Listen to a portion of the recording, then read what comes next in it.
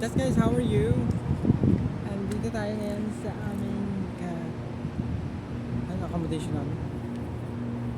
Pangmayaman guys. Pangmayaman. Super pangmayaman.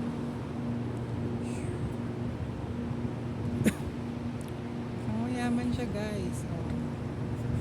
Diba? Parang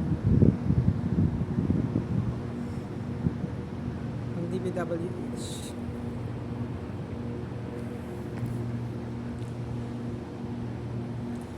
Pangmayaman guys. Ang ating accommodation. How are you? And I hope you are all good and fine. Kaya lalagyan natin ng mic para magkarinigan tayo. Magkarinigan naman tayo.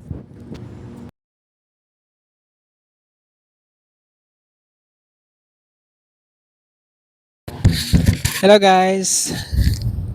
How are you? Tignan nyo naman ang aming accommodation guys. Ngayon lang ako dito, magdadalawang buwan na ako dito, hindi ko pa alam tong site na to. Nakikita ko siya pero sabi nila, then may mini gym dun sa side. Yan. Sa side na yon may mini gym doon na pwede ka daw mag-gym pero syempre as is newbie ka lang dito so hindi ka pwede pang so nahiya din ako magsabi.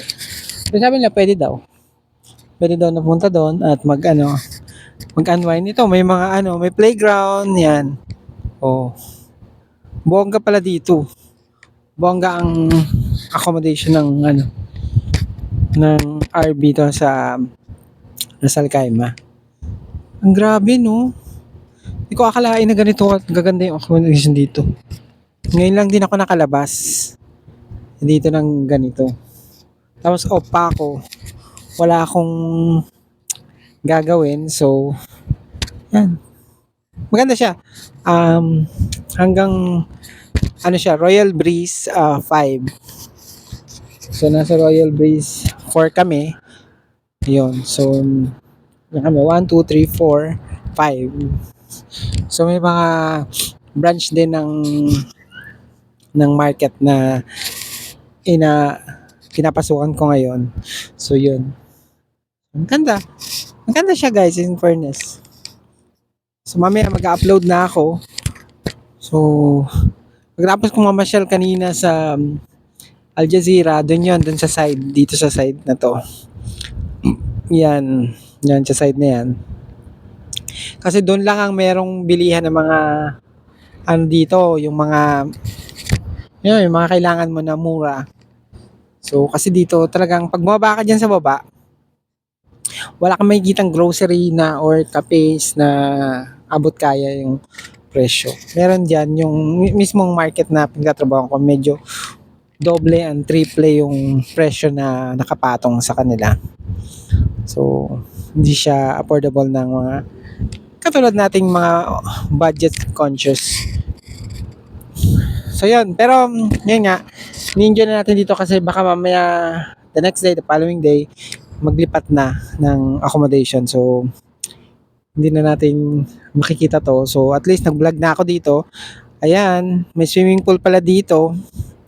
So, yan, dito sa side na to, may swimming pool. So, maganda. Maganda pala siya, guys. So, medyo lumalamig na. So, maaga pa yung pasok bukas. So, 6 o'clock ako ng umaga hanggang 6 o'clock ng gabi. So, 12 hours ang duty namin, guys. Hindi siya biro. So, tapos para siyang okay naman, na-enjoy ko naman. Pero minsan nga, syempre, parang 12 hours ka na nga, na-extend ka pa ng isa pang oras. So, 13 hours kami. Kasosyo kami dun sa negosyo. Hindi naman na pwede siguro yun. So, 12 hours ka na nga, tapos i-extend ka pa ng another 1 hour. Ano yun? Diba parang, minsan parang dun ako bakit? Parang extension na naman. Kaya, naku, yung malakas yung hangin, tapos malamig na dito sa Rizal Caima. So, parang siyang, Baguio City.